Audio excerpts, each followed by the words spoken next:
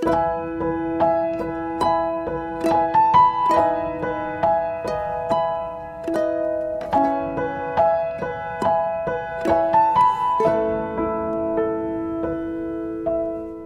kita berdoa bersama-sama. Tuhan Yesus, kami sungguh bersyukur, biar kiranya malam ini buat semua kami yang hadir dalam persekutuan doa Victory, kami sungguh mengalami kemenangan melalui kasih karunia demi kasih karunia dalam kehidupan yang kami jalani. Kami percaya bahwa kasih karunia Tuhan selalu cukup untuk setiap kami. Di awal tahun 2022, kami mau memulai dan sekaligus kami juga akan mengakhiri dengan kasih karunia dari Tuhan. Terima kasih Bapa, biar kiranya jadikan hati kami seperti tanah yang subur, agar benih firman-Mu ditaburkan, bertumbuh, berbuah, berlipat ganda, 30, 60, bahkan menjadi 100 kali lipat dalam hati kami. Terima kasih Tuhan, kami siap untuk mendengar, kami siap untuk melakukan kebenaran firman Tuhan dalam hidup kami. Biar kiranya Engkau mengurapi setiap kami. Di dalam satu nama, Yesus Kristus yang hidup, hari ini kami berdoa dan kami bersyukur. Semua kita yang percaya sama-sama katakan, amin. Puji Tuhan, shalom semuanya. Ya, senang bisa berjumpa kembali ya dengan sahabat lama juga, sahabat lama saya. Dan bahkan kepada seluruh Bapak Ibu yang ada di Persekutuan Doa Victory, terima kasih kepada Ibu Eli yang sudah memberikan kesempatan untuk saya bisa melayani juga. Dan hari ini saya percaya kita semua dalam kondisi yang sehat-sehat dan sejahtera dalam Tuhan. Amin. Ya, yang setuju boleh kasih jempol. Ya, menyatakan yes, saya memang selalu sehat dan sejahtera dalam Tuhan.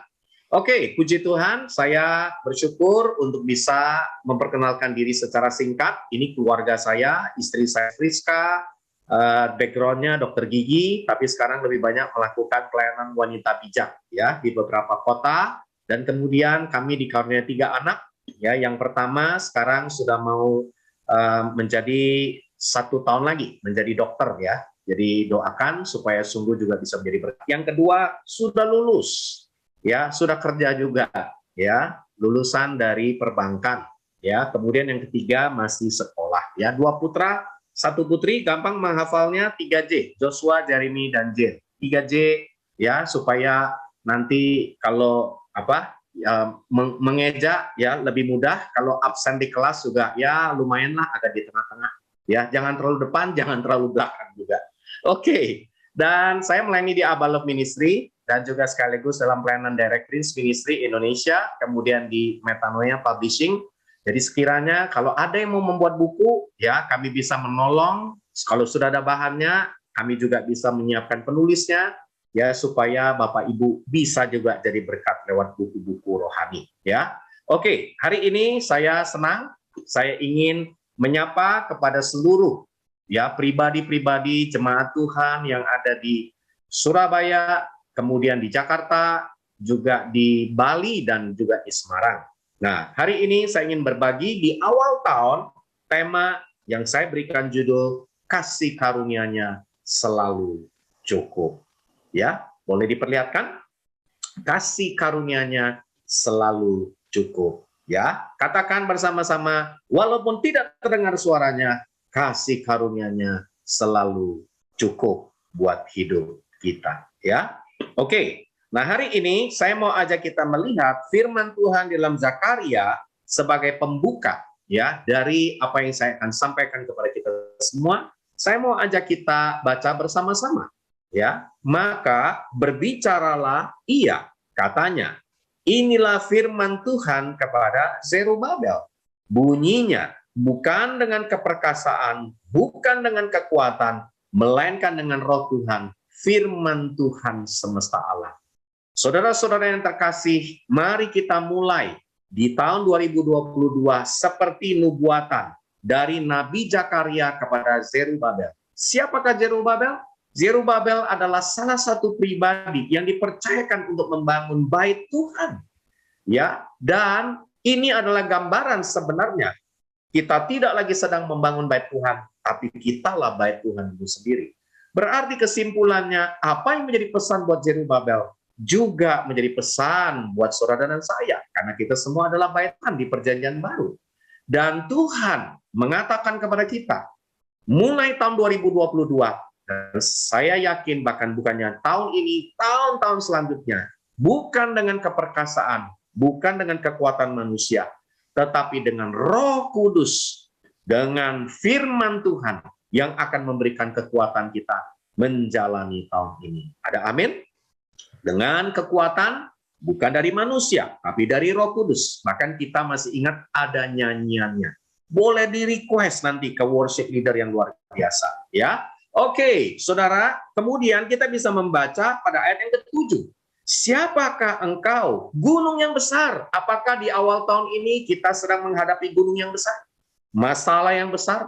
Persoalan yang begitu luar biasa? Sampai seperti gunung, menutup mata kita. Kita tidak bisa melihat terkadang Tuhan yang besar.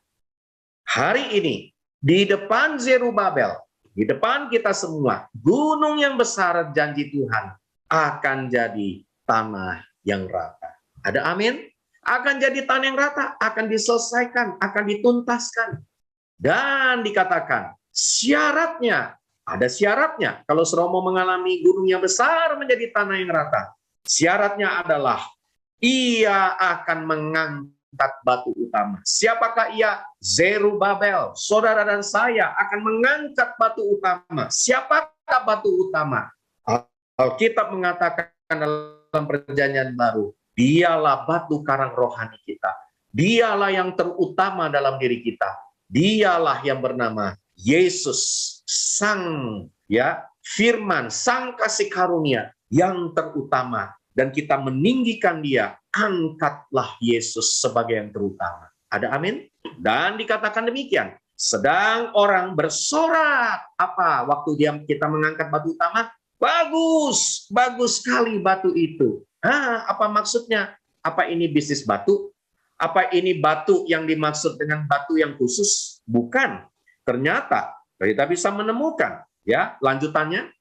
Di dalam Zakaria 4 ayat 8-9 kita nanti akan pelajari apa maksud dari kata bagus-bagus di sini. Kemudian datanglah firman Tuhan kepadaku demikian, tangan Zerubabel. Saya mau ajak saudara angkat tangan kita. Tangan Zerubabel, tangan saudara dan saya telah meletakkan dasar rumah ini.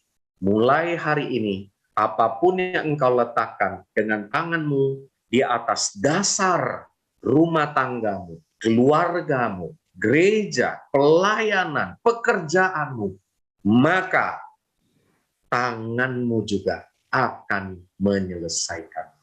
Ada amin? Saya yakin engkau memulai, engkau juga yang akan menyelesaikan. Maka setiap saudara akan tahu bahwa Tuhan semesta alam yang mengutus aku kepadamu. Mari kita lihat, ternyata dua hal yang terjadi kalau kita mengangkat batu yang utama. Yesus yang terutama, dialah batu karang rohani kita.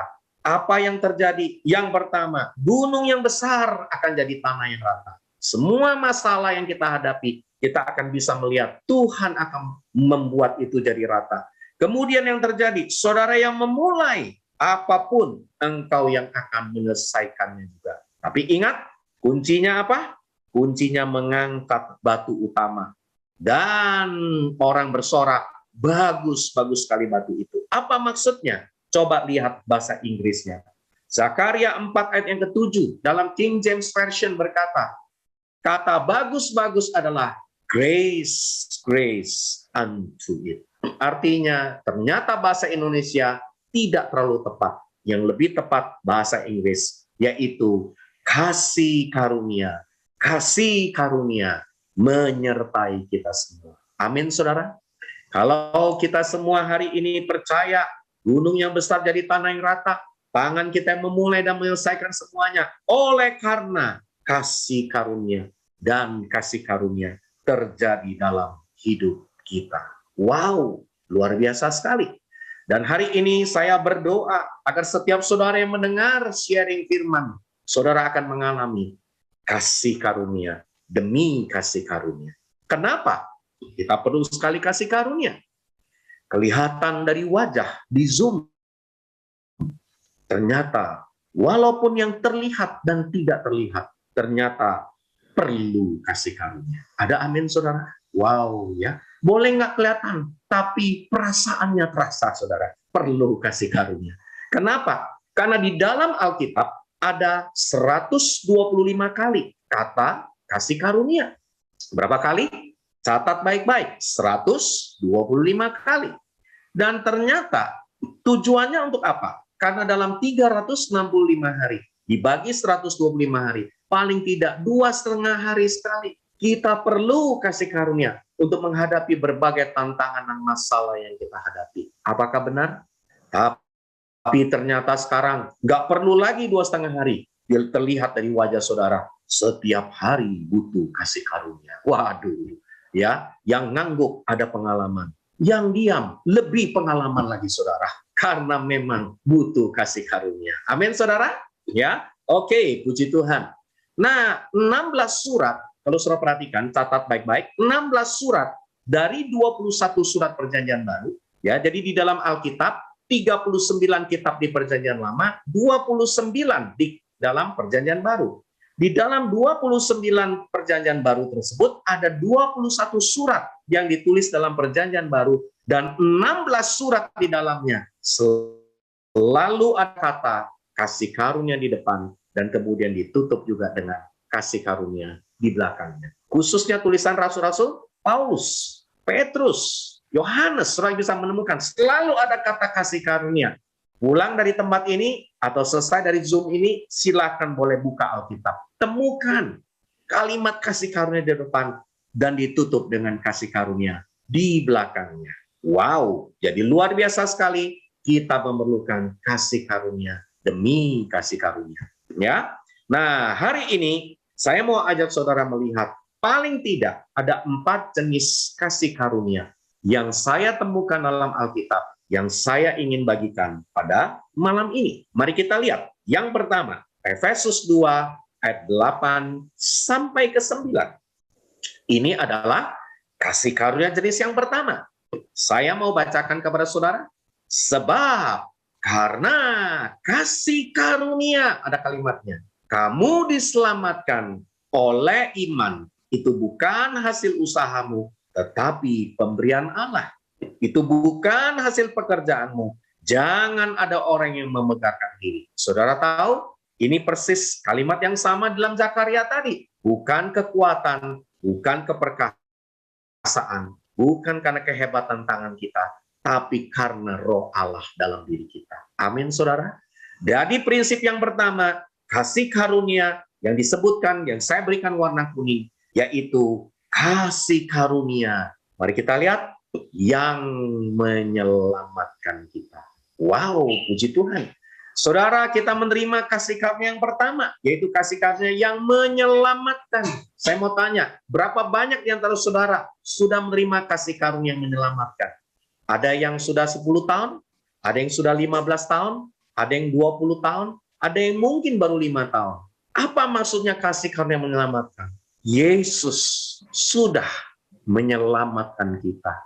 Kita hidup di dalam kasih karunia, keselamatan, kelahiran baru, dan itulah yang membuat kita hidup berubah 180 derajat, bukan 100%, 180 derajat, bertobat kita, dan kita mengalami perubahan yang luar biasa. Saya lahir baru terima Yesus 34 tahun yang lalu. Waduh, sudah lama, jadul. Ya, di usia SMA pada waktu itu, dan saya mengalami kehidupan, perubahan yang begitu luar biasa. Kenapa? Karena saya tahu hidup yang sia-sia digantikan menjadi hidup yang penuh dengan makna. Saudara, hari ini saya ingin mengajak seluruh yang hadir di dalam persekutuan doa Victory dari berbagai kota. Ayo, kalau di antara kita belum mengalami kasih karunia yang menyelamatkan,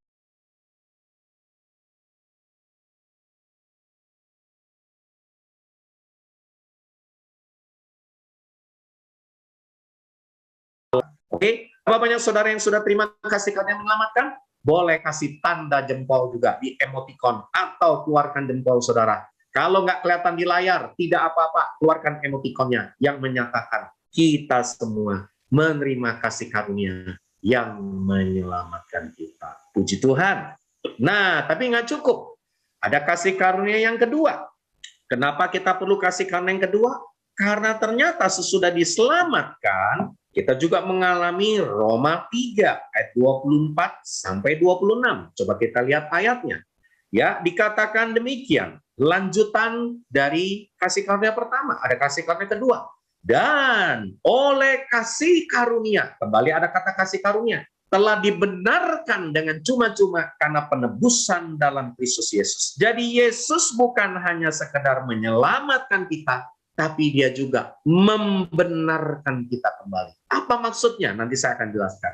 Kristus Yesus telah ditentukan Allah menjadi jalan pendamaian. Wow, bukan hanya kita dibenarkan, kita juga didamaikan karena iman dalam darahnya. Hal ini dibuatnya untuk menunjukkan keadilannya karena Yesus telah membiarkan dosa-dosa yang telah terjadi dahulu pada masa kesabarannya. Mari kita lihat ayat 26. Maksud Tuhan adalah, ayat 26, ialah untuk menunjukkan, ya, ayat 26, untuk menunjukkan keadilannya pada masa ini supaya nyata bahwa Ia benar, Yesus benar, dan mari kita baca sama-sama, membenarkan orang yang percaya kepada Yesus. Hal yang kedua, kasih karunia bukan hanya menyelamatkan saudara, tapi kasih karunia yang kedua, dia membenarkan dan mendamaikan kita setiap hari, setiap saat, setiap waktu, apapun yang terjadi. Sebab itu hari ini betapa kita bersyukur. Seberapa banyak saudara yang sudah menerima Yesus. Sama seperti saya. Kita sudah terima Yesus 1 tahun pertama, wah luar biasa. Tahun yang kedua, begitu semangat. Tahun yang ketiga, masih tetap konsisten. Mulai masuk tahun keempat, kelima, keenam, mulai lama-lama. Jadi kekristenan yang ya biasa-biasa. Jangan-jangan kita juga pernah apa? Mulai jatuh dalam dosa. Mulai kita mengalami kembali kepada kebiasaan lama. Mulai kita kembali mengalami apa? Pergumulan demi pergumulan. Akhirnya kita jatuh bangun lagi. Apakah kita pernah menyaksikan itu?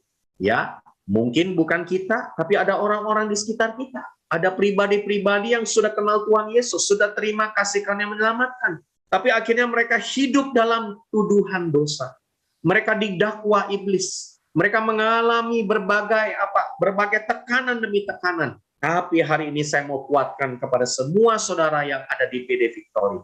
Ingat, kita sudah mungkin bisa jatuh bangun. Kita mungkin bisa kembali terikat. Kita mungkin bisa mengalami dakwaan dan mungkin kita tertuduh.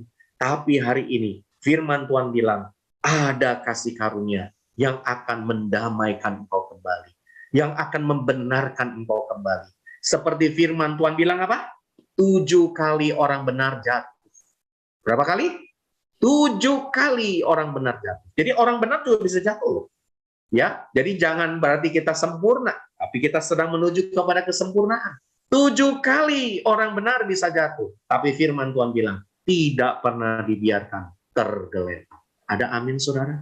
Hari ini kita bersyukur karena kita tahu kita sebagai orang benar, kita didamaikan kembali, kita diberi pengampunan kembali. Kita dibenarkan, dikuatkan kembali.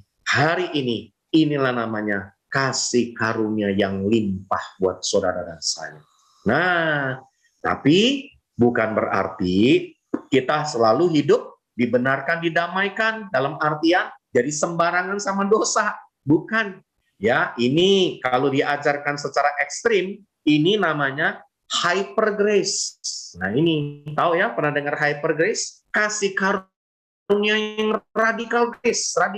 Jadi ini kasih karunia yang berlebihan. Ya, tapi Alkitab mengajar kepada kita, memang benar kita akan dibenarkan, didamaikan kembali waktu kita jatuh di dalam dosa. Kita dibenarkan kembali.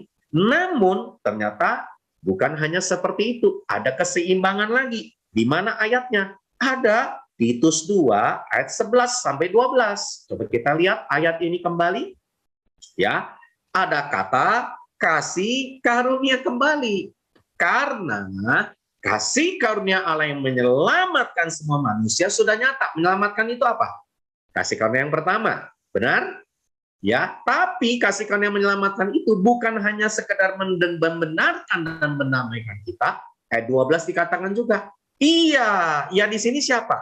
Kasih karunia. Yesus sang kasih karunia mendidik kita. Jadi kita juga dididik. Kasih karunia itu bukan sekedar menyelamatkan, bukan sekedar membenarkan, mendamaikan, tapi dia juga mendidik saudara, mendidik saya, mendidik kita semua, ya, supaya kita bertobat, meninggalkan kefasikan, keinginan duniawi, supaya kita hidup berkarakter, bijaksana, adil, beribadah. Ya, kata beribadah di sini bukan ibadah minggu, bukan ibadah di persekutuan, bukan. Konteks ibadah di sini hidup moralnya benar. Ya, hidup kekristenannya benar, itu maksudnya beribadah, ya, di dalam dunia sekarang ini. Nah, saudara, saya mau tanya, kalau dididik enak nggak? Kurang enak biasanya. Tapi justru kalau dididik, kita jadi bertumbuh matang dan dewasa. Maka saudara, kalau kita dididik oleh pemimpin, oleh gembala, diberikan kalimat-kalimat yang tegas, ya, supaya kita bertobat, itu namanya kita lagi dididik. Harus belajar, ya, jangan takut, jangan kecewa, atau jangan sakit hati. Justru lagi dididik supaya kita meninggalkan semua kefasikan tadi, keinginan duniawi, supaya hidup kita makin berkarakter, bijak, adil, beribadah, hidup moralnya makin benar. Nah, seperti Alkitab juga dikatakan 2 Timotius 3 ayat yang ke-16. Coba kita lihat. Di dalam 2 Timotius 3 ayat 16 berkata demikian, segala tulisan yang diilhamkan Allah memang bermanfaat untuk, yang pertama, mengajar, kedua, menyatakan kesalahan, ketiga, memperbaiki kelakuan. Nah, kelakuannya diperbaiki. Jangan sampai jadi orang Kristen terus kelakuannya nggak diperbaiki, ya. Dan untuk mendidik orang di dalam kebenaran. Jadi dididik, ya, ada unsur dididik. Nah, dididik ini mirip seperti tadi. Saya mau tanya sekali lagi, disiplin, dididik itu adalah apa yang Bapak inginkan buat hidup kita. Firman Tuhan bahkan berkata kepada saudara, Bapak yang baik, ya, anak yang disayang, dihajar. Bukan lagi diajar loh. Dihajar. Ayatnya di mana? Baca Ibrani 12. Saudara dihajar oleh apa? Oleh Bapakmu di surga. Supaya apa? Supaya kita mengalami duka cita, dan duka cita dalam pertobatan membawa kita menghasilkan buah-buah kebenaran. Ada amin, saudara? Jadi ternyata ada kasih karunia yang ketiga. Waduh, kalau udah ngomong topik dididik, memang wajahnya agak berubah, saudara. Jadi kita bukan hanya diselamatkan, kita bukan hanya dibenarkan, didamaikan, tapi ada kasih karunia yang ketiga, dia mengajar dan mendidik kita. Ada amin, saudara? Dia ngajar kita, dia didik kita. Wow, firman Tuhan tuh mendidik kita loh, mendisiplin kita. Saya mau tanya, hari ini kita bisa jadi seperti sekarang karena didikan orang tua, benar nggak? Ya, didikan guru, didikan dari pembimbing-pembimbing di atas kita. Kadang-kadang nggak enak didikan. Namanya didikan apa? Disiplin. Tapi hari ini kita mesti tahu, kita status kita salah satunya adalah murid Yesus. Pergi jadikan semua bangsa murid. Kata murid itu berasal dari kata disciple, disiplin. Ya, berarti harus didisiplin, harus dididik. Jadi saudara, hari ini kita belajar, kalau lagi dididik Tuhan, syukurlah. Ada amin, saudara? Ya, itu tandanya apa? Disayang sama Bapa di surga. Oke, coba lihat ya di Zoom, walaupun wajahnya nggak semua kelihatan, tapi kita bersyukur kalau kita lagi dididik. Ada amin? Ya, yang setuju dengan didikan dari Tuhan, kembali berikan jempol, saudara, sebagai tanda di emoticon kita setuju. Lagi dididik, ya, lagi dididik justru belajar, jangan lari. Ya, banyak orang lagi dididik, ya maunya yang enak aja. Kalau lagi dididik, kabur dia. Jangan, saudara. Justru lagi dididik, saudara belajar supaya bisa semakin dewasa dalam hidup. Ada amin? Ya, puji Tuhan. Saya percaya Persekutuan The Victory pasti mengajar setiap saudara Ibu Gembala juga mendidik setiap engkau, setiap tim yang ada. Hari ini kita mau belajar, yaitu diajar dan dididik. Yang terakhir, yang keempat, ya, ini kasih karunia khusus. Tadi kasih karunia apa? Menyelamatkan kita, sudah kita alami. Kasih karunia kedua, membenarkan, mendamaikan, sudah kita alami. Kalau kita lagi jatuh dalam dosa, dituduh, tapi ada yang membenarkan, menguatkan kita kembali. Nah, itu kasih karunia. Terus ada yang ketiga, kasih karunia apa? Mengajar, mendidik kita. Waduh, kurang enak biasanya dalam fase-fase ini. Ternyata sang kasih karunia, Yesus Kristus, firman, bukan hanya kasih yang enak-enak. Kalau mau lebih dewasa, justru kita harus dididik. Tapi yang terakhir, yang keempat, nah ini hidup sehari-hari. Ya, ini perlu kita alami, dan inilah yang menjadi ya judul tema yang saya berikan, kasih karunia Tuhan selalu cukup buat setiap kita. Coba kita lihat 2 Korintus 12 ayat 7 ya sampai yang ke-9. Saya bacakan dulu ayat yang ke-8, 7 dan 8. Rasul Paulus berkata demikian, dan supaya aku, Rasul Paulus, jangan sombong, meninggikan diri itu sombong, karena penyataan-penyataan yang luar biasa itu. Nah, saudara mau tahu apa penyataan luar biasa? Baca dari ayat pertama sampai ayat ke-6. Saudara akan temukan apa yang dimaksud penyataan luar biasa. Ternyata Paulus dikatakan pada ayat pertama, ayat 2, 3, dia naik ke surga. Wow. Ya, dia pergi ke satu alam. Ya, dituliskan langit yang keberapa? Dari wajah saudara mulai bingung. Langit keberapa ya surga ya? Ya, coba langit keberapa saudara? Kalau mau tulis di chat boleh nggak tuh? Boleh juga ya. Atau mau kasih tanda angkat di tangan juga boleh saudara tunjukkan ya. Surga itu langit keberapa? Wah, semua harus cek dulu, cari ya, di googling di mana. Ya, surga di dalam Alkitab itu langit yang ketiga. Ya. Jadi kalau ada yang jawab 7, nah itu kebanyakan nonton film saudara. Ya. Langit ke-7, tapi memang saudara-saudara kita langit ke-7. Ya, tapi kekristenan langit yang ketiga. Kenapa? 3 aja udah susah, apalagi 7, saudara. Ya, ya hari ini mari ya saya mau ajak kita. Nah, langit pertama itu ya kalau kita belajar secara teologi, ya, langit pertama itu bumi yang kita tinggali sekarang. Itu langit pertama. Langit kedua adalah luar angkasa yang hampa udara itu. Nah, langit yang ketiga adalah alam roh. Ya, alam rohani termasuk surga, alam yang tidak kelihatan. Itu namanya langit ketiga. Nah, Paulus dia naik ke surga, langit yang ketiga. Dia lihat penyataan yang luar biasa, seperti ayat nanti kita baca. Dia lihat mujizat, dia mungkin lihat apa segala macam ya, apa yang ada di surga. Mungkin dia sempat ngobrol sama Tuhan, kita nggak pernah tahu, ya kan? Tapi yang hebatnya, ya, dia bisa balik lagi ke bumi. Nah ini, ya, saudara, ternyata Paulus dapat return ticket. Ya, jadi dia sudah naik ke surga, balik lagi. Ya, saya mau tanya, saudara, kalau ke surga one way ticket atau return ticket? One way ya, udah masuk surga nggak balik lagi. Ya, tapi Paulus return ticket, dapat promo mungkin. Ya, naik ke surga, turun lagi. Waduh, saya selalu tanya sama jemaat Tuhan, berapa banyak yang mau masuk surga? Coba angkat tangan saudara yang mau masuk surga. Waduh, semua saudara pasti termasuk saya mau masuk surga. Tapi anehnya kalau ditanya kalimat kedua, pertanyaan begini, siapa yang mau duluan ke surga? Nah, nggak ada angkat tangan saudara. Saya juga heran. Masuk surganya mau.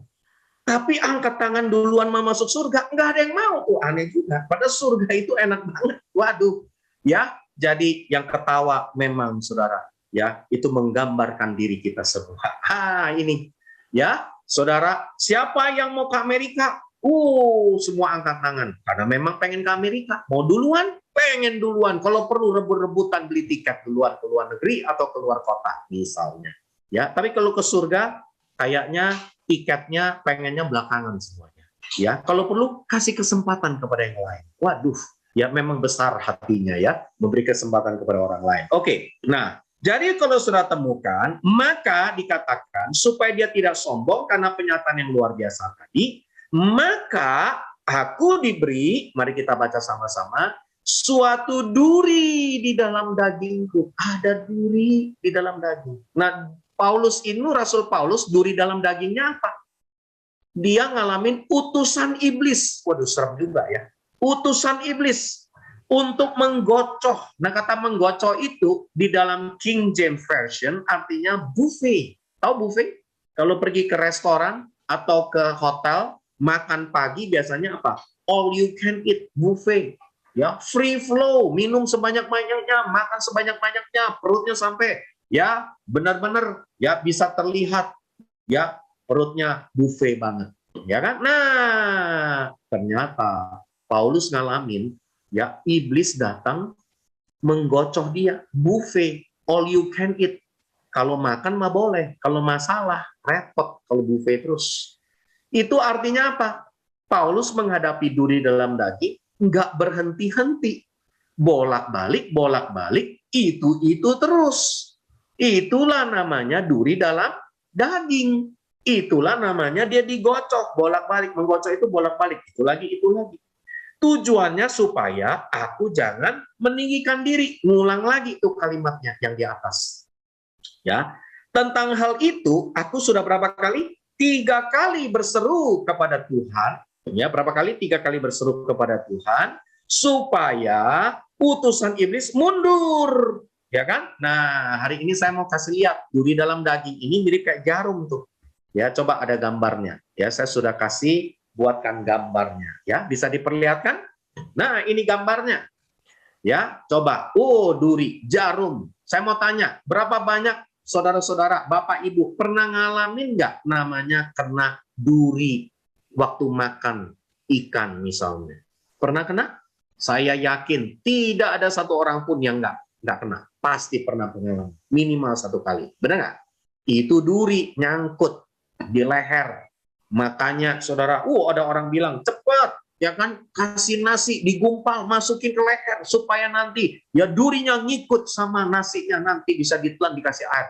Akhirnya mati gara-gara apa? Gara-gara bukan durinya, nasinya kegedean, saudara. Kebanyakan ya nyangkut di leher. Ya, ini hanya joke aja. Nah, tapi saudara, kita semua pernah ngalamin duri ikan. Pernah nggak mata kita kelilipan? Ya kan? Ada namanya serbuk-serbuk tuh kayak duri juga. Ya kan? Pernah nggak kita ngalamin apa lagi? Yang namanya kita ngalamin apa? Tangan kita kebeset, ya kan? Atau sesuatu yang benar-benar itu duri. Aduh, tangan kalau lagi kena duri, ya kena sesuatu yang nancep serbuk tuh, sisik atau apapun, meriang dijamin. Ya kan? Aduh, nggak enak banget. Kalau perlu, aduh, gimana cabutnya? Nah, itu namanya duri dalam daging. Kecil tapi berasa, bikin demam. Ya. Nah, pertanyaannya begini, duri dalam daging itu apa ya? Ini Paulus, kalau buat Paulus apa? Dia adalah utusan iblis yang bolak-balik menyerang dia terus. Makanya Rasul Paulus dia berdoa 2 Korintus 12 ayat ke-9 ya sesudah ini. Ya, ayat ke-9. Tetapi jawab Tuhan kepadaku sesudah dia berdoa, Tuhan cabut duri dalam daging. Tuhan jawabnya apa?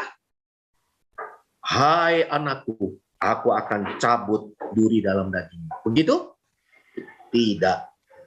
Tuhan jawabnya apa? Oh, aku akan segera menjawab semua hal dalam hidupmu. Enggak. Tuhan jawab apa? Yuk kita baca sama-sama warna kuning. Cukuplah anakku, kasih karuniaku bagimu. Ada amin, saudara? Cukup kasih karuniaku. Kasih karunia Tuhan selalu cukup. Ada amin? Ya, sebab dikatakan justru dalam kelemahanlah kuasa Tuhan menjadi sempurna. Saudara, kelemahan itu apa? Duri dalam daging. Saudara mau tahu siapa duri dalam daging yang bolak-balik? Ya, ketemu saudara nggak pernah berhenti, nggak usah jauh-jauh. Yang ada di rumah, lihat pasanganmu. Itu. Ya, langsung ada yang ketawa. Ternyata memang ada duri di dalam rumahnya. Yang tiap hari jadi duri. Ya, kalau ngomong jadi duri. Kalau dia bertindak jadi duri. Kalau dia berespon jadi duri. Ternyata duri nggak usah jauh-jauh. Nggak usah dicari-cari. Duri ada di dalam rumah kita. Ini dia. Ya, yang bengong kelihatannya memang sudah kena luka dalam. Ya kan? Mungkin sudah banyak duri dalam daging. Ya, tapi saya percaya hari ini cukuplah kasih karunia Tuhan bagi kita. Amin, saudara. Ya, siapa lagi? Ya, makanya Tuhan bilang, aku tidak akan menjawab doa itu. Ya, ada maaf ya, suami berdoa, oh Tuhan, cabutlah duri dalam daging di sebelahku ini. Ini terlalu cerewet Tuhan. Oh, terlalu banyak bicara dia. Oh, dia terlalu kasar Tuhan. Tuhan jawab nggak? Tuhan nggak jawab. Kenapa? Karena di sampingnya istrinya juga berdoa. Oh Tuhan, cabutlah Tuhan pasangan yang satu ini. Ini memang keterlaluan Tuhan. Lebih parah lagi, Tuhan bingung mau jawabnya yang mana. Ya, Tuhan bukan bingung sebenarnya. Tuhan bilang, kalau engkau sudah ditentukan, berarti cukuplah kasih karuniaku bagimu. Ada amin, saudara? Cukup. Ya, bukan hanya tentang pasangan. Orang tua sama anak bisa jadi duri dalam daging loh. Ya, anaknya jadi duri dalam daging, orang tua jadi duri dalam daging, ya kan? Kalau ketemu orang tua terus konflik, ya kan? Bolak-balik, persoalannya itu terus cuma gara-gara jemuran, gara-gara masakan, ya gara-gara makanan, gara-gara cuma hanya meletakkan barang, bisa jadi masalah. Itu lagi, itu lagi, itu lagi. Ya, apalagi masalah uang, waduh lebih repot lagi. Ya kan? Terus ada apa lagi? Duri dalam daging, nggak usah jauh-jauh yang kerja. Itu lihat tuh di kantormu. Ada duri dalam daging. Tiap hari ketemu lagi, buffet sama dia. Waduh, all you can eat. Ya, never ending. Dia lagi, dia lagi. Nah, yang wajahnya mulai agak memelas. Mungkin ada pengalaman lebih mendalam lagi. Ya kan, dia lagi. Makanya ada satu pernyataan. Kuda yang paling menyebalkan dalam hidup ini apa? Ku datang lagi, ku datang lagi. Si dia datang lagi, si dia datang lagi. Kenapa? Orang yang nyebelin banget, ngeselin banget, dia lagi. Tapi Tuhan izinkan dia menjadi duri dalam daging. Ya itu bisa. Jadi orang bisa. Peristiwa bisa. Ada orang loh ngalamin keuangan terus. Ada orang ngalamin apa? Jatuh dalam dosa terus. Ada orang ngalamin apa? Ikatan terus. Nah itu duri dalam daging tuh. Yang untuk mendidik dia. Yang untuk selalu dia bergantung sama Tuhan. Ya, tapi kalau sudah dalam dosa ya jangan ya.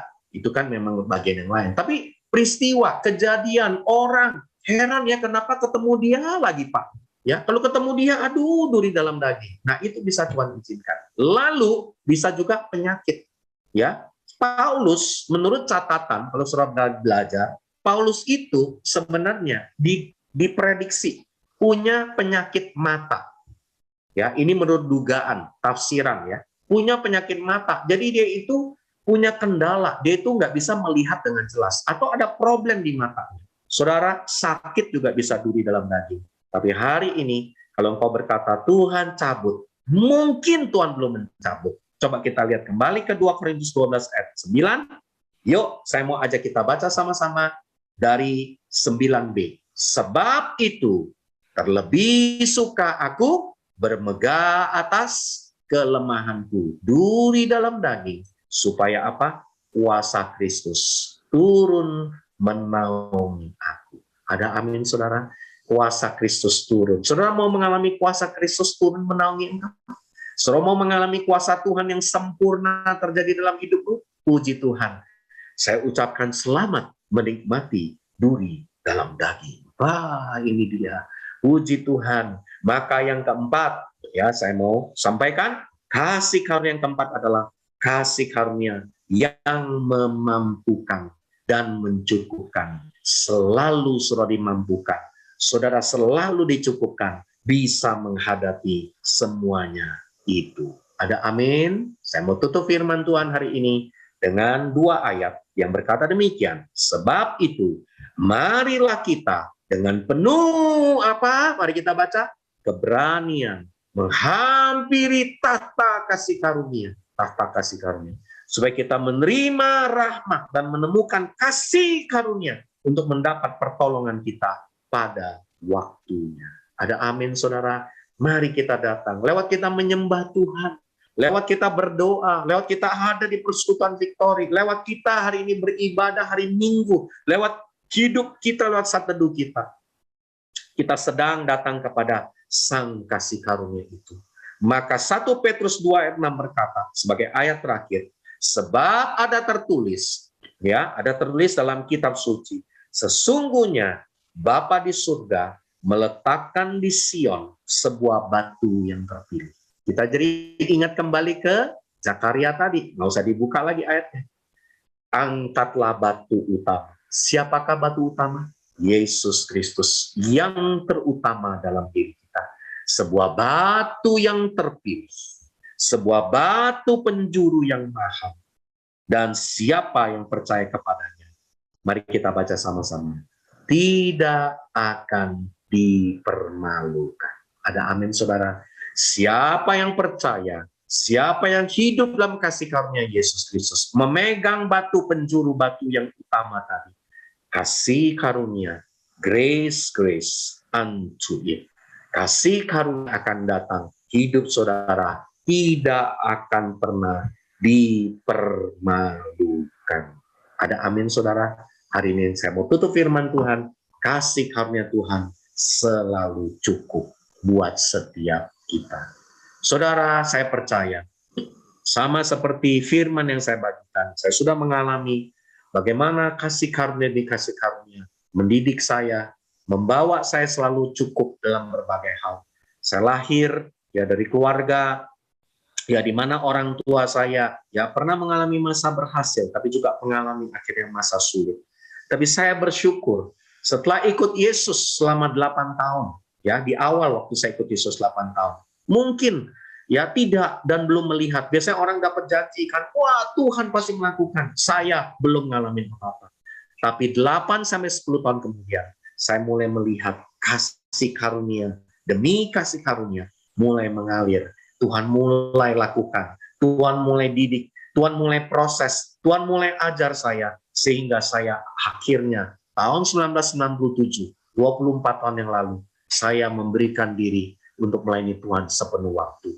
Saudara, saya percaya hari ini saya bisa melayani semuanya karena anugerah dan kasih karunia Tuhan. Kita bersyukur untuk PD Victory, karena PD ini, persekutuan ini, lahir oleh karena orang-orang yang menerima kasih karunia yang berlimpah-limpah dalam Tuhan. Ada amin, saudara? Puji Tuhan. Ya, Pak Frans ngangguk terus dari tadi. Ya, ini worship leader terganteng, saudara, yang pernah saya temukan. Puji Tuhan. Ya, oke. Ya, just joke ya Pak Frans. Oke, nah hari ini saya mau ajak kita semua, mari, saudara sedang berada di dalam persekutuan, pelayanan, gembala, pribadi-pribadi yang membawa kasih karunia ke dalam kehidupan saudara. Yuk, mari kita alami keselamatan di persekutuan ini, dibenarkan dan didamaikan di persekutuan ini. Kita mengalami apa lagi? Kita mengalami yang disebut kita dididik juga, diajar ya, jangan cuma enaknya doang ya. Diajar lagi, dididik, nggak boleh kabur. Ya, jangan menghilang dari persekutuan. Ada amin? Waduh, dari wajahnya langsung zoomnya tinggal kelihatan hitam doang, jangan-jangan. Enggak, saudara. Ya, kita selalu saudara ya dibenarkan dan juga didamaikan, tapi dididik dan diajar. Tapi jangan lupa, kita mau juga mengalami, dimampukan, dicukupkan. Kasih karunia Tuhan selalu cukup buat setiap saudara. Mari hari ini, saya mau ajak kita berdoa, ya. Kalau boleh, hari ini nanti kita akan dipimpin, ada satu lagu, dan kita akan datang kepada Tuhan, dan kita datang dengan kesungguhan hati kita. Bapa di surga, kami bersyukur, hari ini kami sudah dan kami mengerti kasih karunia demi kasih karunia dalam hidup kami. Kami bersyukur Tuhan untuk apa yang sudah Tuhan berikan. Mungkin ada di antara kami sedang mengalami berbagai tantangan, permasalahan, pergumulan, gunung yang besar. Tapi hari ini firman-Mu bilang, oleh karena kasih karunia, kami akan bisa melihat persoalan yang besar tidak akan membuat kami tertutup mata, tidak bisa melihat Tuhan yang besar. Kami bisa melihat Tuhan yang besar melalui semua permasalahan kami, dan semuanya akan jadi tanah yang rata, diselesaikan. Dan hari ini saudara, engkau memulai 2022, engkau juga yang akan menyelesaikan tahun ini dengan kasih karunia yang berlimpah-limpah. Terima kasih Yesus, kami serahkan ke dalam tangan-Mu, dan hari ini kami percaya engkau berfirman dan engkau yang meneguhkan, membuat kami sempurna satu hari seperti Yesus waktu engkau datang kedua kali. Dalam nama Yesus kami berdoa dan kami bersyukur. Semua kita yang percaya sama-sama kita katakan Amin.